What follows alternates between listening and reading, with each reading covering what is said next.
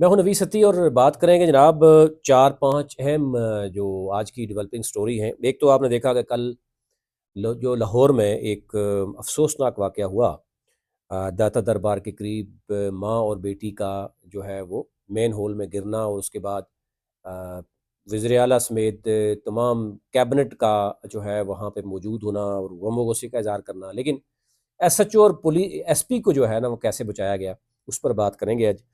اور P T I کا جناب آپ نے دیکھا ہوگا کہ رات گئے جو ہے وہ لیٹ وہ دھرنا جاری رہا اڈیالہ جیل، اس کے بعد سپریم کورٹ کے باہر دھرنا جاری رہا۔ اب باقاعدہ طور پر جو ہے وہ اس میں جو ڈیولپمنٹ آئی ہیں کہ پی ٹی آئی کا سپریم کورٹ کے باہر جو دھرنا تھا، اب اس کو ختم کیا۔ ایک پولیٹیکل کمیٹی اس وقت کے پی ہاؤس میں جو ہے وہ ملاقات اہم جاری ہے، اور کہا جا رہا ہے کہ اگلا لائحہ عمل اس کا اعلان کیا جائے گا۔ اور سلمان اکرم جو راجہ ہے، سلمان راجہ کی چیف جسٹس سے ملاقات بھی ہوئی ہے۔ اس ملاقات میں کیا چیزیں سامنے آئی ہیں، اور اب جو پولیٹیکل ایک کمیٹی بنائی جا رہی ہے اس میں کیا چیزیں سامنے آئیں گی، اس پہ بھی بات کریں گے۔ اس کے ساتھ ساتھ جناب آپ کو پتہ ہی ہے کہ جو اس وقت حکومت ایک طرف کچھ اور کہہ رہی ہے، دوسری طرف کچھ اور معاملات چلنا شروع ہو گئے۔ عمران خان کو پمز میں رات تقریباً 2 سے 3 بجے کیسے لایا گیا، پھر ان کا آنکھوں کا آپریشن، ان کو بے ہوش کرنے کے بعد اب ظاہر ہے اس میں بہت سے سوالات اٹھنا شروع ہو گئے۔ اس کے بعد سے آپ نے دیکھا کہ اڈیالہ کے باہر بھی اور آج جو سپریم کورٹ کے باہر بھی جو احتجاج تھا بیسیکلی وہ اسی کا تھا۔ اب اس میں بھی کہا جا رہا ہے کہ ظاہر ہے کسی کی خواہش پر ہی خبر باہر آئی ہے، ادروائز خبر بھی شاید باہر نہ آتی۔ اور آج وزیر اعلیٰ کے پی کے نے یہ کہا کہ جو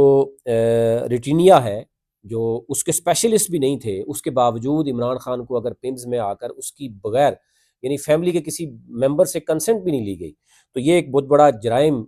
جو ہے وہ ہے۔ اور انہوں نے کہا جی کہ جو وہاں پر پمز میں جو آئی اسپیشلسٹ تھے جنہوں نے یہ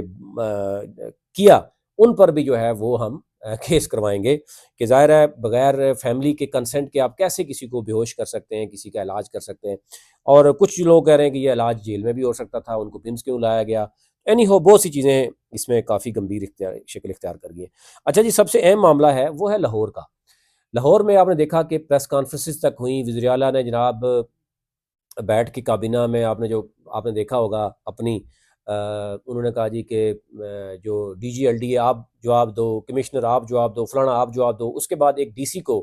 شاید معطل کیا گیا، سائڈ پہ کیا گیا۔ لیکن ایس پی بلال اور ایس ایچ او کے حوالے سے آج جو پریس کانفرنس کی گئی اس شخص کی جانب سے جس کی 9 ماہ کی بچی اور بیوی گئی، اور وہ کس طرح بتا رہا ہے کہ جب میں ان کو بتا رہا ہوں کہ میری آنکھوں کے سامنے وہ گری ہے،